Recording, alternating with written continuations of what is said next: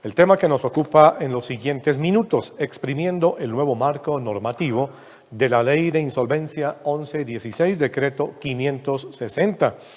Centro de Conciliación, Cámara de Comercio de Bogotá y de Medellín. Para ello, tenemos tres invitados muy especiales. José Elías del Hierro Hoyos, abogado de la Universidad Javeriana con especialización en Derecho Financiero de la Universidad de los Andes, Derecho Civil de Obligaciones de la Universidad de París II, socio de la firma del Hierro Abogados, árbitro de la lista A de la Cámara de Comercio de Bogotá, Cámara de Comercio de Neiva y también Cámara de Comercio de Manizales, profesor de la Universidad Javeriana y en el CESA en la Cátedra de Contratos, asesor de empresas hace más de 25 años y el lema del Hierro Abogados, partner de los empresarios. Muy bien. Saludamos también a Alejandra Betancur Sierra, abogada de la Pontificia Universidad Javeriana, jefe de la Unidad de Conciliación de la Cámara de Comercio de Medellín y actualmente líder del trámite de recuperación empresarial habilitado para las cámaras de comercio según decreto 560 del 2020. Nos acompaña también Diego Márquez, abogado de la Universidad Javeriana, especialista en Economía de la Universidad de los Andes, magíster en Derecho Empresarial y Negocios Internacionales de la Universidad Católica de Ávila, en España. Se desempeñó y se desempeña en las áreas de fusiones y adquisiciones, establecimiento de políticas, operación y puesta en marcha de empresas en el país, insolvencia, establecimiento de protocolos de familia y gestión del patrimonio familiar, de manera que los estamos saludando y adelante con este panel. Bueno, muchas gracias. Quiero primero que todo agradecer a la revista Ciclo de Riesgo por esta invitación que nos están haciendo para compartir un poco de ideas sobre toda esta cantidad de cosas que están pasando y que nadie estaba preparado con el COVID, la pandemia y el aislamiento. Todos de una u otra manera hemos sido tocados por alguno de los tantos decretos que se han expedido en los últimos 2 o 3 meses con respecto a la emergencia económica y particularmente a la emergencia sanitaria. Y es bien interesante arrancar con este panel, que curiosamente el nombre es Exprimiendo el nuevo marco normativo de la ley de insolvencia. Creo que mejor palabra que exprimiendo no se pudo tocar porque son dos decretos, tanto el 560 como el 772, que deben ser exprimidos y cogidos y masticados y tratar de hacer lo máximo posible para entenderlo. El día de hoy me acompaña Alejandra Betancur, que es el líder en la jefe de unidad de conciliación de la Cámara de Comercio. Alejandra, buenas tardes. Muy buenas tardes para todos.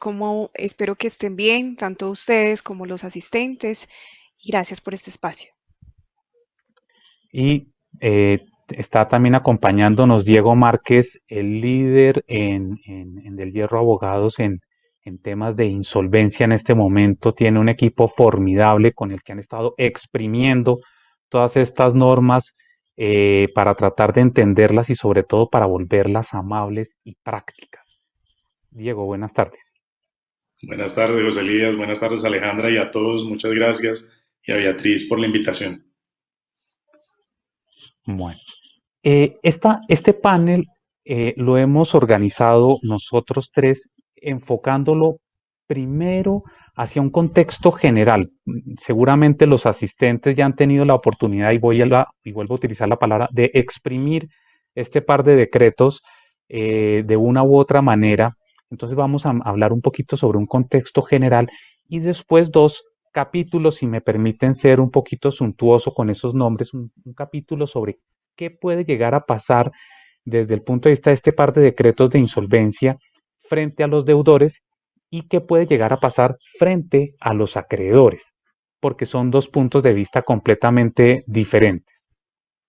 Entonces le voy a pedir a Diego si nos puede comentar un poquito acerca de este marco normativo de la 560 y la 772, a quiénes pueden ser objeto, quiénes pueden ser estos empresarios que puedan acogerse a estos ejercicios de reestructuración o de procedimientos de recuperación. Claro que sí. Bueno, tenemos nosotros tres un reto muy grande y es competir contra el almuerzo, competir contra el cansancio, competir contra el tiempo y además las distracciones de las casas y en fin. Entonces voy a tratar de ser lo más amable, les voy a pedir que me den la licencia de no ser tan abogado en mis explicaciones simplemente para hacerlo ágil, dinámico y cómodo. En este momento podemos decir que tenemos 4 regímenes de insolvencia.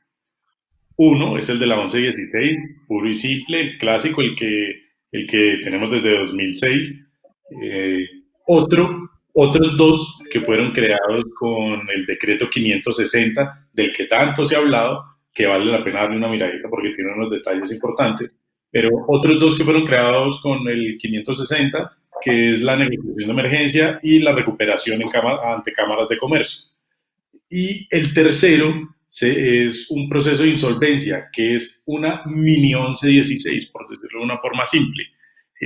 Y está pensado para todas las empresas que se quieran acoger al régimen de reorganización, pero que sus activos sean inferiores a 4.400, aproximadamente 4.383, 4.400 millones de pesos. Entonces, fíjense que, y este fue el que fue creado la semana pasada, el 3 de junio, con el decreto 772. Entonces, fíjense, tenemos 4 mecanismos para empezar a pensar en la reorganización. Un resumen hiper mega ejecutivo.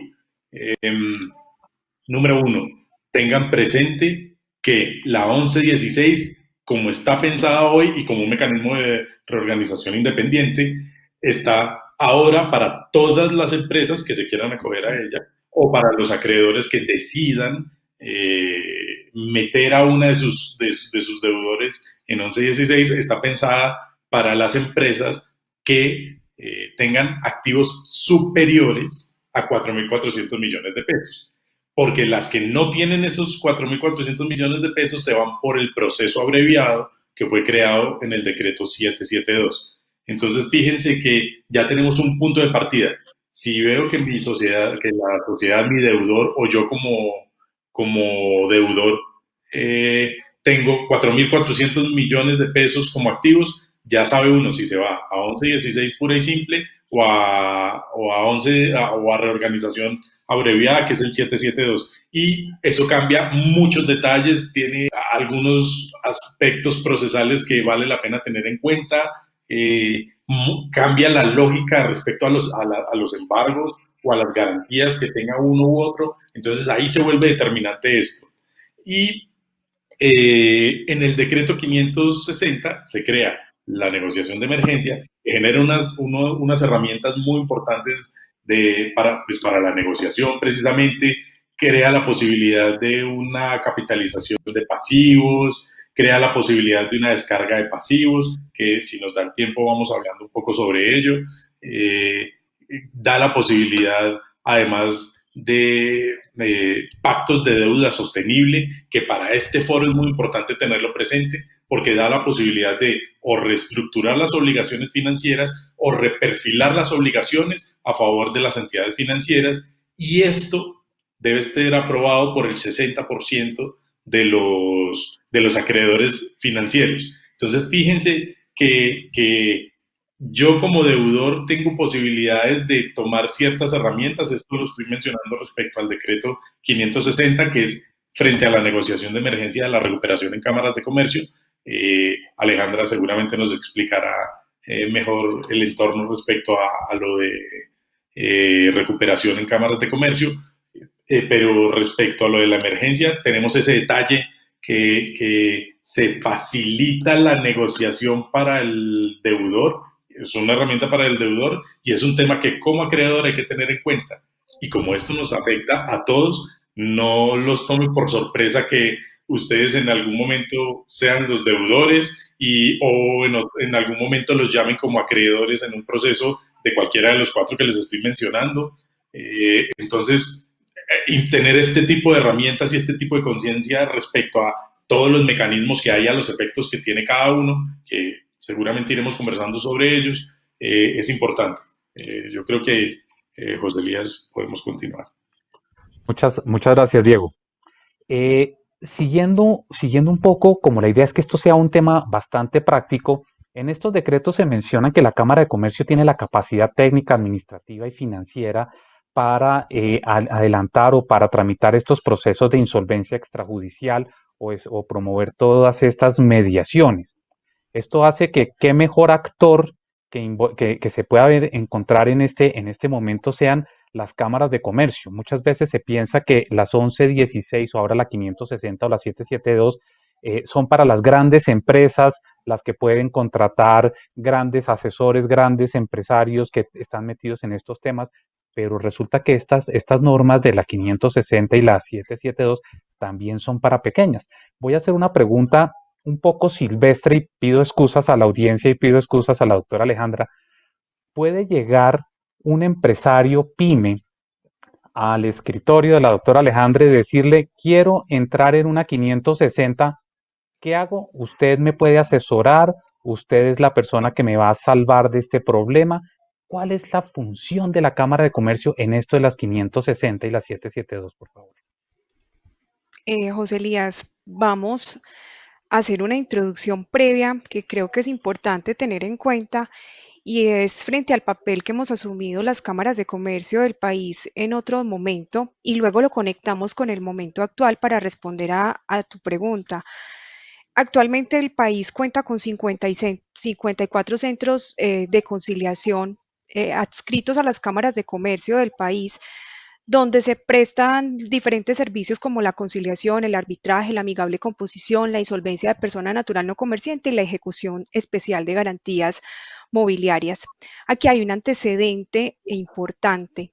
En los años 90, con ocasión de la crisis económica que vivió el país en este momento, como parte de las medidas que se expidieron también en su momento, se estableció un régimen para promover la reactivación de la economía y la recuperación empresarial. Eso fue a través de la ley 550 del año 90. ¿Qué permitió? La flexibilización del régimen de insolvencia colombiano, que estaba basado en un enfoque contractual donde primaba la autonomía de la voluntad privada.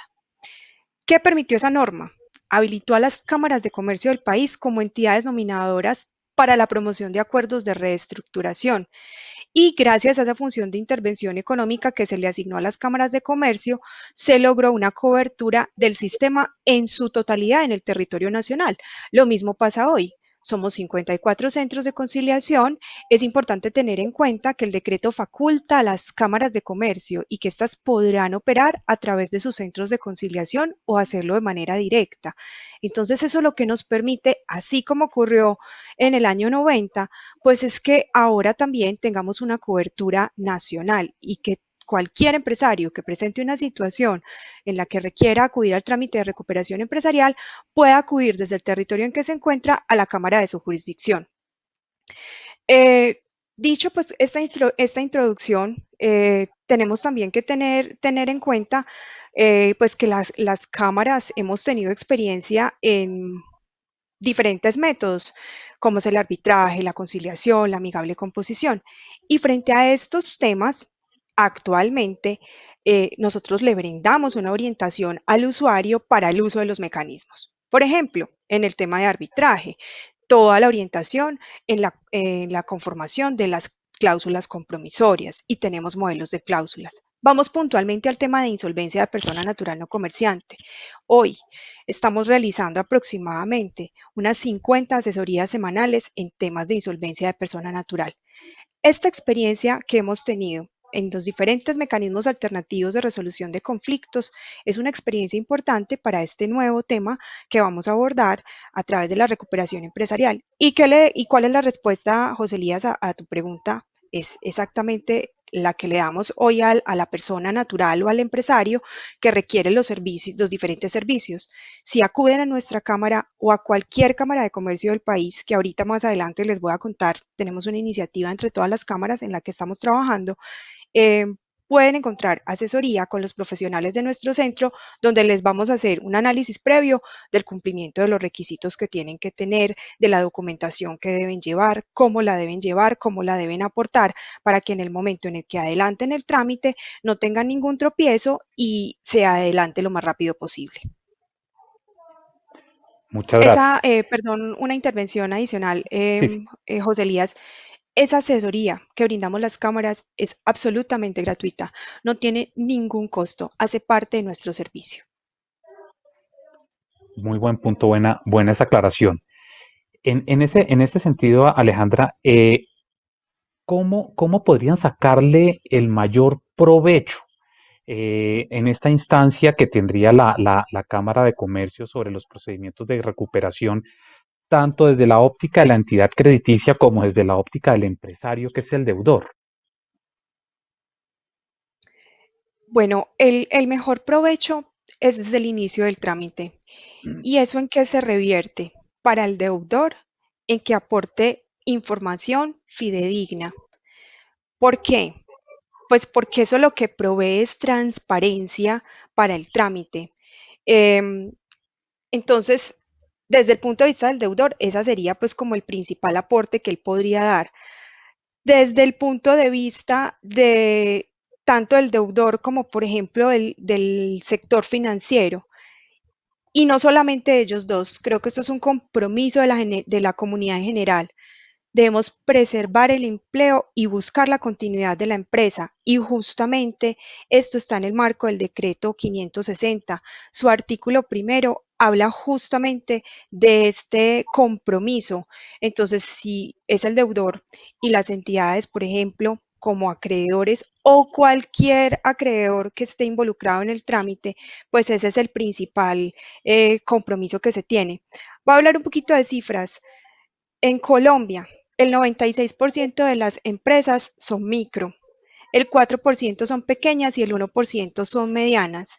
Y de esas MIPYME, el 80.8% de las MIPYME provee el empleo en Colombia. Entonces, si nos cerramos, por ejemplo, a la banda, un empresario, de negarse a la posibilidad de iniciar un procedimiento de recuperación, bien de recuperación empresarial o cualquiera de los procedimientos que esté en el marco del decreto 560 o el decreto 772, el reciente decreto, pues entonces lo que estaría impidiendo sería la posibilidad justamente de esa preservación del empleo y la continuidad de la empresa. Y lo mismo desde el punto de vista de los acreedores. Si cualquier acreedor se niega a esta posibilidad de dar la apertura a la negociación, de escuchar las propuestas que tiene el deudor para hacerle, pues lo que vamos a hacer es que no permitimos que la economía del país siga su curso y lo que necesitamos entre todos es que este tejido de composición económica y empresarial lo podamos volver, valga la redundancia, a tejer. Tenemos que recomponer el tejido de las empresas y permitir que esas actividades que se venían realizando vuelvan a su curso normal. Entonces, si se provee esa información veraz, si bien este compromiso por parte de los involucrados en el trámite, con una apertura a la negociación, tengo la plena certeza que con la experiencia de los mediadores que van a conformar las listas de conciliadores, perdón, de profesionales en esta materia, pues podremos tener negociaciones exitosas y recomponer ese tejido empresarial y preservar ese empleo que tanto necesita nuestro país. Muchas gracias. Definitivamente sí es la línea, el hilo conductor en todos los decretos es preservar las empresas, preservar el trabajo, sin la menor duda. Una pregunta para Diego. Desde la óptica de su experiencia como abogado experto en temas de insolvencia y que ha estado manejando este tipo de asuntos en el día a día, frente a una compañía que llegue a su escritorio a conversar con usted, le diga, Diego, quiero mirar el tema de insolvencia, ¿cuáles serían como los tips importantes que usted le diría para arrancar con el proceso de insolvencia? ¿Qué debe tener en cuenta? ¿Qué son las recomendaciones? Un tema práctico para, para poder acompañar a este deudor de acuerdo con la experiencia de Diego. Pues José Elías, José Elías y todos, yo creo que va a ser súper concreto porque ahí habría muchos consejos. Lo primero a tener en cuenta es que consideremos que a finales de los 2000, o sea, la primera década de 2000, al final de la década de los 90, veníamos con crisis de deuda. Esta crisis ya yo no creo que sea tanto de deuda, sino que es una crisis de ingresos y eso hace que los que nos dedicamos a estos temas tengamos que pensar mucho mejor las cosas. Si yo soy un deudor, ¿cuáles son los temas que debo tener en cuenta? Primero, partir de la base que no es que la 1116 o la recuperación o la emergencia o la abreviada es la única salida. Ojalá fuera el último camino al que se recurra. Entonces, punto número 1, tener claridad que ingresar a estos procesos pues tiene sus complicaciones y como tiene sus complicaciones es importante evaluarlo bien. 2, para que la compañía, para que valga la pena como deudor entrar a un proceso de reorganización, sin duda la empresa debe ser viable financieramente. Otra cosa es que esté golpeada, otra cosa es que venga inclusive de un periodo complejo, pero debe ser viable financieramente. Tercer consejo, los flujos de caja. Uno necesita tener el flujo de caja para cumplir el acuerdo y el flujo de caja para pagar los gastos de administración. Resolviendo ese problema, digamos que uno además puede verificar la viabilidad financiera.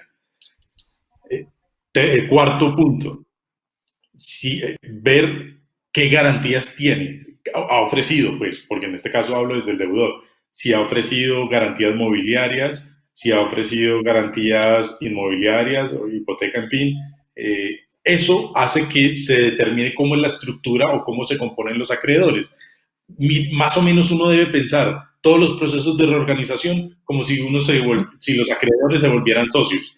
¿Y qué quiere decir que los acreedores se vuelvan socios? Pues que hay votaciones, se tienen que poner de acuerdo, hay de negociación. Entonces, fíjense que uno tiene que tener muy claro cuál es la composición de mis acreedores como deudor, cuál es la composición para ver qué mayorías hay, quiénes podrían aliarse, quiénes no, y ver por eso mismo quién tiene una garantía y quién tiene otra garantía, porque eso hace que se ubiquen en una posición distinta respecto a la prelación de créditos. Otro asunto, y tiene mucho que ver con lo que estoy mencionando, es tener claras las mayorías del acuerdo. Ojo que hay unas mayorías para determinados temas cuando se habla de emergencia o recuperación respecto al decreto 560 y hay otras mayorías que establece la 1116 que también está atado a la abreviada. Entonces, tener muy claras las mayorías. Hubo un punto que me faltó tocar que no lo había mencionado y es que en el decreto 560, digamos, creería yo, y esto es un concepto netamente personal, es el decreto que genera más revoluciones, por lo menos conceptuales, y supone que yo puedo categorizar mis deudas y como puedo categorizar mis deudas, categorizar mis acreedores. Y como puedo categorizar mis acreedores, yo puedo negociar directamente con una categoría de acreedores. Es decir, puedo hacer una negociación con financieros, otra negociación con quirografarios y en fin. Eso es importante respecto a las mayorías del acuerdo. Otro asunto, y es que antes, en 2006, era obligatorio para entrar a 1116 no tener deudas por retenciones en la fuente. Hoy no es una obligación, eso fue modificado. Sin embargo, ese tema es fundamental, tener cuidado con las retenciones en la fuente y con el IVA. Hay que tener eso muy bien inventariado. Y por último, el último consejo es que durante el tiempo del paso del tiempo del acuerdo, uno tenga claro que tiene recursos suficientes para pagarle a los promotores y para pagarle a los asesores y además para pagar la custodia del archivo. Por eso es que en el decreto 772 se regula el tema de custodiar el archivo por 60 meses realmente. Eso es importante porque esos detallitos que yo les estoy mencionando y que parecen aleatorios pueden causar que se declare incumplido el acuerdo o que haya un problema con el acuerdo. Entonces, bueno, esos son básicamente los consejos que yo le daría a los deudores. Gracias, Diego. Claramente esos 8 consejos provienen de exprimir, y vuelvo a la palabrita, de exprimir estos decretos, que es un tema de ser cuidadosos, de pararle bolas, de botarle un poquito de lápiz a mirar los números, como menciona Diego en esos 8 o 9 consejos que nos acaba de compartir. En esa misma línea y siguiendo un poco la expresión utilizada por la Superintendencia de Sociedades, es posible que se nos venga una avalancha de empresarios que quieran aprovechar las bondades de la 560 y el 772.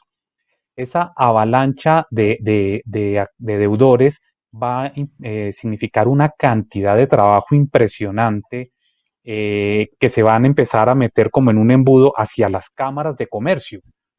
¿Cómo están preparadas las cámaras de comercio para atender toda esta cantidad de trabajo que se les va a venir encima, que no es poca cosa? José Elías, voy a volver a una historia del pasado. Me remonto al año 2013. Nuestro centro, tuvo la oportunidad de tener una primera versión de un aplicativo que se llama Maskinfo. Maskinfo es un aplicativo que nos permite la administración de todos los procesos que se adelantan en el centro. En esa primera versión estuvieron temas de los servicios de conciliación y de arbitraje, y pues nos dimos cuenta con el desarrollo y la utilización del software que le podíamos hacer unas mejoras. Luego, en el año 2016, sacamos una segunda versión del tema de arbitraje, y posteriormente en el año 2019 una segunda versión para los temas de conciliación. Y bueno, ustedes dirán, bueno, ¿y eso qué conexión tiene con los temas de recuperación empresarial? Lo tiene todo. Justamente en este momento ya estamos trabajando en una versión de Maskinfo, ventana de recuperación empresarial. Ya ese software que estamos desarrollando desde nuestra cámara se va a compartir con todas las cámaras de comercio del país. Entonces, a través de Maskinfo versión recuperación empresarial, vamos a poder adelantar estos trámites de manera eficaz. Tú mencionabas ahorita la palabra avalancha, y realmente seguramente vamos a tener muchísimo trabajo. ¿Cuáles son las grandes ventajas que tiene este software, con la experiencia que hemos tenido, y cómo lo reconocen nuestros usuarios, árbitros, conciliadores y demás profesionales? El software permite interactuar a las partes directamente con el proceso a cualquier hora, desde cualquier lugar. Este mismo beneficio lo va a tener el módulo de recuperación empresarial. El acceso a la información se encuentra en línea.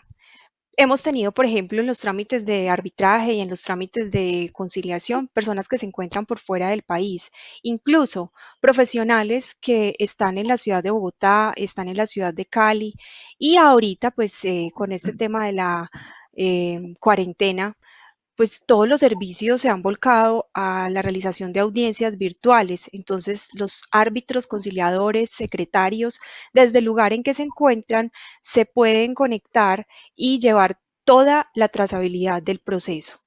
El sistema también emite comunicaciones de manera automática, garantizando la transparencia. Realiza un sorteo de manera electrónica, lo cual también va en miras a garantizar esa transparencia. Es el único aplicativo a nivel nacional donde todo el trámite se encuentra en línea. ¿Por qué digo esto? Porque hay aplicativos que hay en este momento que manejan otras instituciones, pero simplemente lo que se hace es la realización de las audiencias por medio virtual, y los expedientes se encuentran en repositorio físico.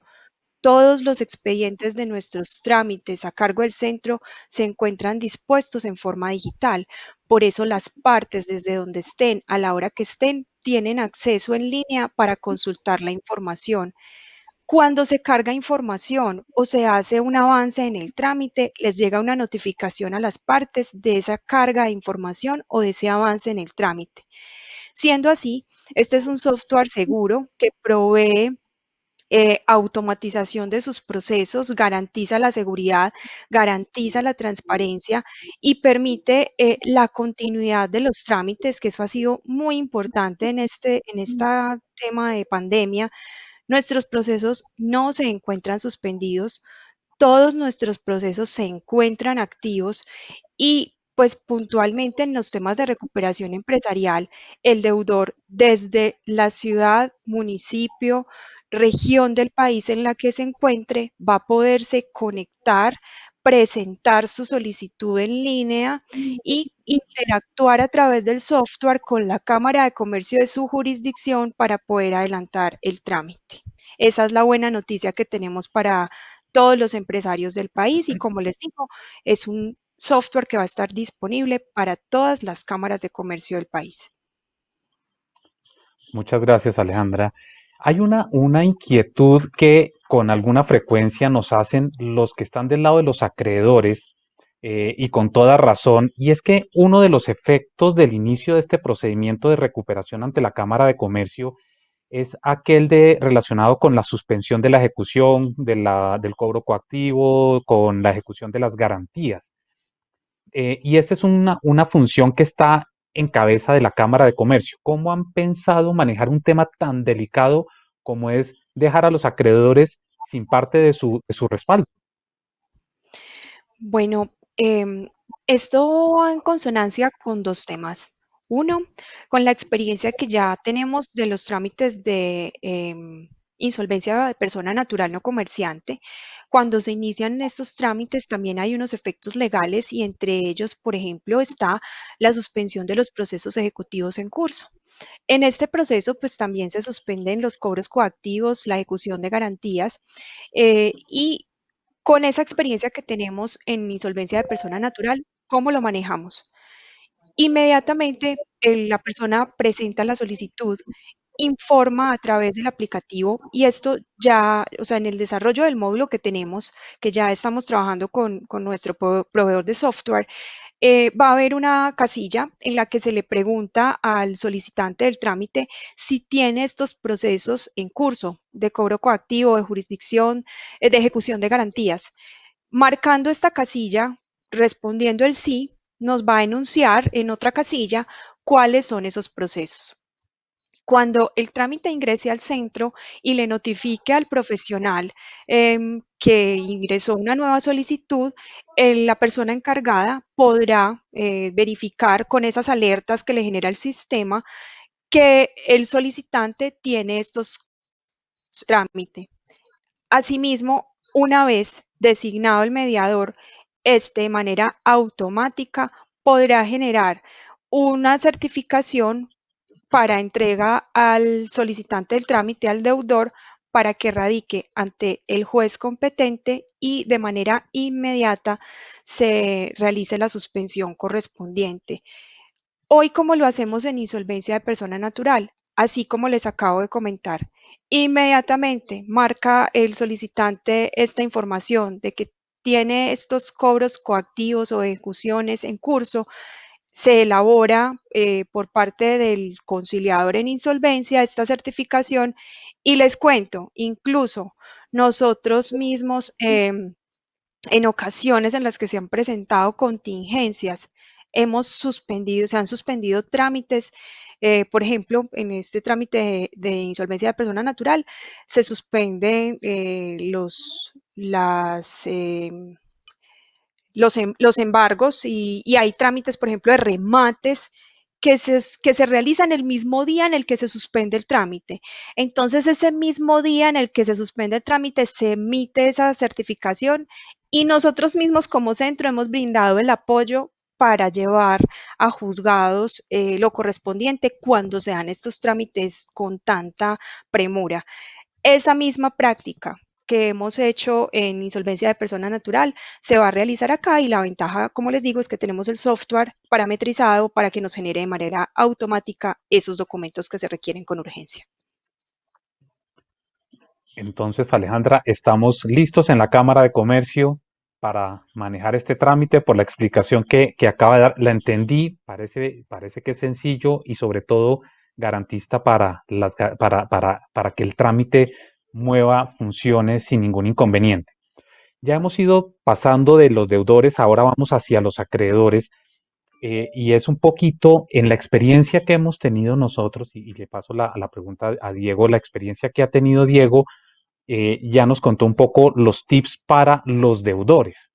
Obviamente tenemos que ponernos, porque lo hemos estado desde la óptica de acompañar a los acreedores también dentro de estos procesos de reestructuración 1116, 560 y con el 772, en ese acompañamiento a un acreedor, y aquí dentro de la audiencia sé que hay bastantes acreedores dando vueltas. ¿Cuáles pueden ser esas recomendaciones que como acreedores se les pueden dar al momento de conocer que alguno de sus proveedores o deudores entra a alguna de estas operaciones de recuperación empresarial? Antes de empezar con eso, hay una aclaración que también vale la pena hacer, y es que, y esto debe tenerse muy presente, aquí estamos, digamos, hay muchos temas hay temas de cobranza y en fin. 1116, decreto 560 y 772 aplican única y exclusivamente para empresas o personas naturales comerciantes. ¿Qué quiere decir? Que las personas naturales no comerciantes no tienen acceso a la ley 1116, al decreto legislativo 560 ni al decreto legislativo 772. Eso es muy importante que lo tengan presente. ¿Y por qué? Porque las personas naturales no comerciantes tienen un régimen especial que está en el Código General del Proceso. Eso es fundamental mencionarlo, digamos, como introducción, porque sé que puede ser relevante para quienes nos están oyendo ahora mismo. Para hablar, y trataré también de ser muy breve, porque aquí se puede quedar uno lanzando miles de ideas de toda la experiencia que hemos recopilado y de muchas y largas horas de discusión del equipo. Pero hay que dividirlo en antes, digamos, la prevención del riesgo y la mitigación del riesgo. La prevención del riesgo es antes de que el deudor, yo estoy hablando ahora como acreedor, antes que el deudor presente la solicitud de admisión al proceso de reorganización, y posterior será cuando haya presentado la solicitud de admisión al proceso de reorganización. Entonces, antes de presentar la solicitud de admisión, fíjense que hay un requisito por ahí que dice que si el deudor está incumplido por más de 90 días con dos acreedores y cumpliendo otros requisitos, pues puede acceder a 1116 o puede acceder a la abreviada. Pues hay forma de tomarle el pulso a nuestros a nuestros deudores, y es pidiéndoles certificaciones que no tienen obligaciones vencidas por más de 30 días, se las podemos pedir con una factura si es un proveedor, en fin. Ahí tenemos un marco, un hito de 90 días. Como tenemos ese hito, podemos buscar cómo tomarle el pulso a nuestros deudores. Eso sería punto número 1. Punto número 2. Tengan mucho cuidado, y no quiero generar ningún tipo ni de pánico ni de incomodidad en el sector, pero fíjense que el encierro ha llevado a que las actividades empresariales que suponen más contacto humano son las que están cerradas. Bares, discotecas, billares, casinos, bingos, gimnasios, piscinas, spas, sauna turco, canchas deportivas, parques de atracciones, cines, teatros, sector turístico en general, alimentos, restaurantes.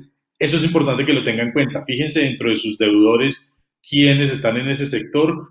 Primero, porque son los sectores que demandan mucha más solidaridad, no que uno demanda más que el otro, pero fíjense que ellos van a estar cerrados más tiempo, y eso hace que yo pueda tomarle el pulso, que primero no ahogar, porque el hecho de ahogar a un deudor me puede dejar a mí sin la creencia, sin poder recuperar. Entonces, eso es un punto a tener en cuenta, el sector. Otro tema determinante es tener muy claro, y lo mencionaba ahorita, para efectos de los deudores, cuando decía fíjense y cuidado con las garantías que tienen a su favor. Ahora al acreedor le estoy diciendo, querido acreedor, fíjese muy bien en las garantías que tiene con su deudor. Si es una garantía mobiliaria, tiene, digamos, un escalón más de ventaja. Si es una garantía hipotecaria, otro escalón de ventaja. Ese tipo, el tipo de la garantía funciona muy bien. Hay garantías que no están sujetas a registro. Esas garantías, digamos, funcionan, pero funcionan también para otros efectos, pero no me categoriza en una mejor calidad de acreedor. Y tengamos presente que como hay una escala de acreedores, pues es importante saber ubicarse en el peldaño mucho más alto. Otro tema importante es tener claro si mi deudor es una sociedad. Lo que quiero decir es si esa sociedad que es mi deudora está controlada por otra sociedad o por una persona natural. Ahí uno puede evaluar el riesgo de no pago. Si no me pagan, yo puedo buscar la forma de irme a la sociedad matriz de mi deudora y, en fin, hacer como un tipo de inventario del esquema societario de mi deudor. Y por último, no podemos olvidar lo de las categorías que les mencionaba ahorita. El decreto 560 permite segmentar las categorías, entonces es muy importante saber uno a quién va a tener sentado al lado negociando y sin duda eso marca la importancia de las mayorías. Eso antes de la solicitud. Ahora, presentada la solicitud, lo primero que uno debe tener, digamos, asumamos una situación en la cual no tuve la oportunidad de ubicarme ni de categorizarme. Lo primero que tengo que hacer es saber qué tipo de deudor soy, en qué categoría estoy, y como en la presentación de la solicitud, ahí mismo hay que presentar la categorización de los acreedores. El deudor lo hace y tiene que presentar qué voto voy a tener yo, pues saber dónde estoy ubicado y saber en el cuadro que presenta el deudor cuál es mi acreencia. Si la creencia que tiene el deudor no coincide con la que yo tengo, cuidado, porque entonces eso significa que tienen que iniciar un montón digamos, procedimientos para pedirle o al conciliador o al mediador o al juez del concurso que le reconozca una creencia mayor, porque es mayor. Y, ojo, fundamental, importante, para este tipo de solicitudes que le reconozcan a uno una mayor acreencia a la que reportó el deudor, solamente se pueden pruebas documentales. Así que apenas ustedes se enteren que hubo una solicitud de admisión, tienen que salir a correr a verificar todas las facturas que tienen, si las rechazaron o si no las rechazaron, si las rechazaron, por qué motivo y cuál fue nuestra actuación. Es decir, a los acreedores les toca hacer un inventario muy grande de toda su relación comercial y económica con el deudor, porque solo se admiten las pruebas documentales. Otro asunto que es muy importante, y esto es respecto al decreto 772, es saber qué tipo, si ya lo tenía embargado y, en fin, qué tipo de bien tenía embargado. Porque este decreto 772 dice, todos los bienes que no estén sujetos a registro se desembargan automáticamente. Estoy simplificando un poco el lenguaje. Eso significa que, por ejemplo, los carros que sí están sometidos a registro, las marcas, esto obviamente nos ha dado mucha discusión dentro del equipo de insolvencia, pero estas fueron nuestras conclusiones, habiendo posiciones en contra. Las marcas, hasta los establecimientos de comercio inscritos en el registro mercantil, esos no se desembargarían automáticamente, pero todos los demás, cuentas bancarias, y todos los que no están sujetos a registro se desembargan automáticamente. Entonces uno debe tener clarísimo, si ya inició un proceso de embargo, tener claro cuál es su garantía.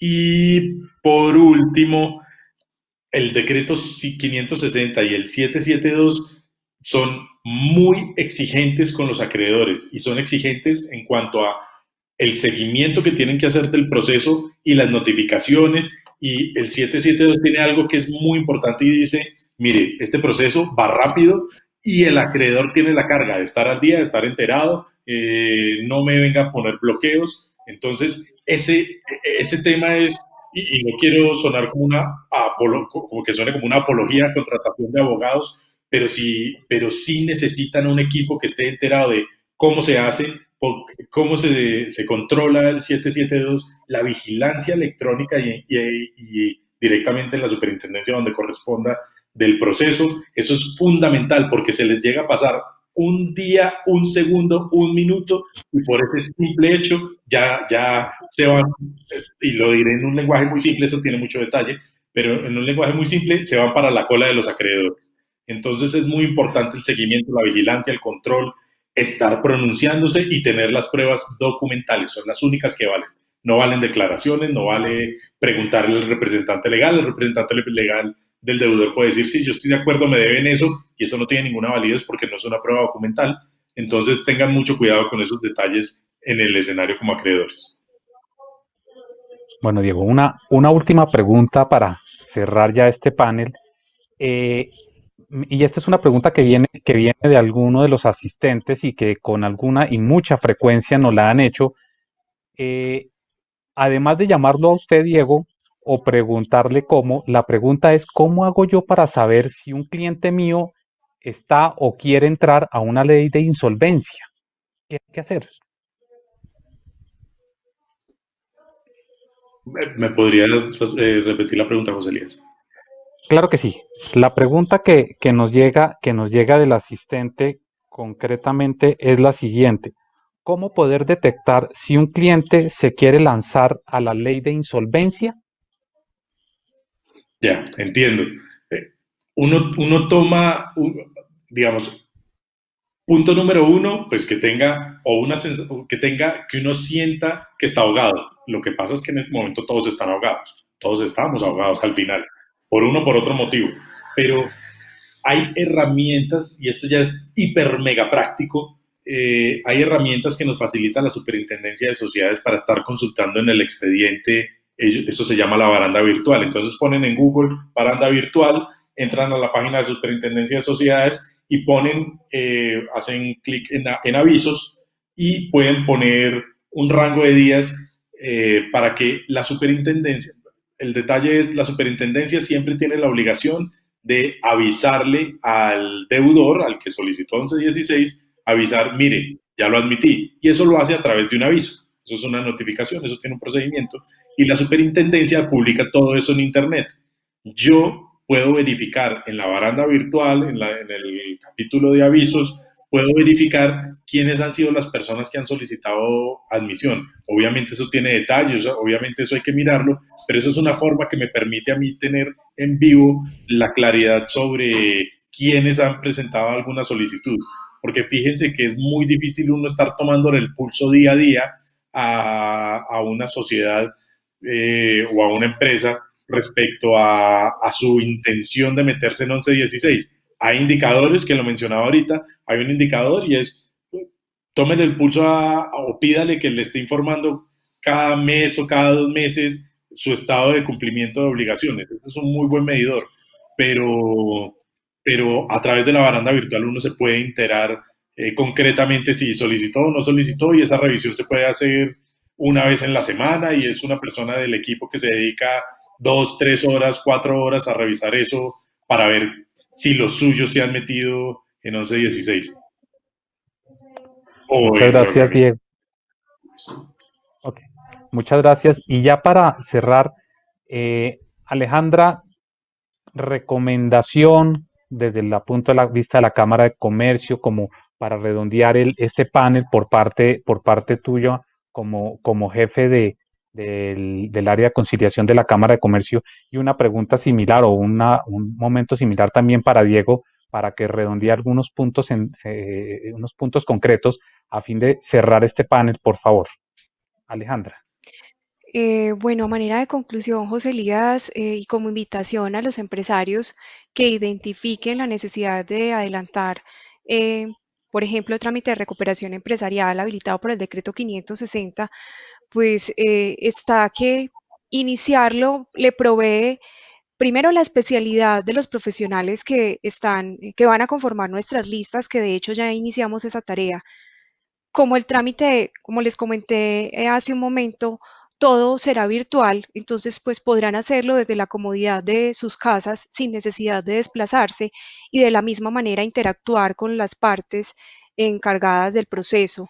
Esto lo que provee es una celeridad, garantizando que esa duración máxima de 3 meses que trae la norma se dé, incluso podría ser en un menor tiempo si se acelera pues la negociación. Esto además provee transparencia y pues permite la interacción de todas las partes en tiempo real. Y una invitación muy especial también a manera de conclusión, es una facultad que trae el decreto 560 y es que en el eventual caso, frente a lo que mencionaba Diego hace un momento, que de pronto haya quien diga la creencia que relata el deudor no es, me debe más dinero, por ejemplo, podrían presentarse objeciones, observaciones y controversias frente a los créditos o a los votos que se vayan a realizar en la negociación. Entonces, hay un espacio también a través de nuestro software en el cual el deudor puede invitar a las partes a suscribir un compromiso.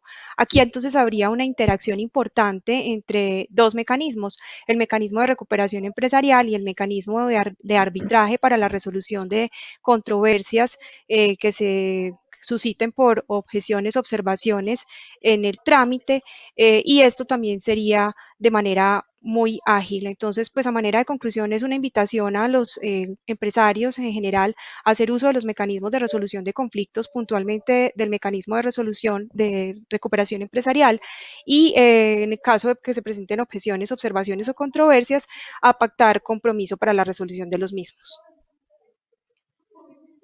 Alejandra, muchas gracias. Diego tiene la palabra para cerrar, por favor.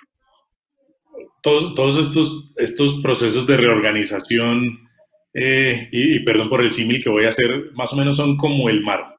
Hay que respetarlos, pero no hay que abusar del mar. Y tiene muchos misterios y tiene muchos detalles. Por eso hay que siempre estar muy bien acompañado, eso es determinante, tanto como acreedor como deudor.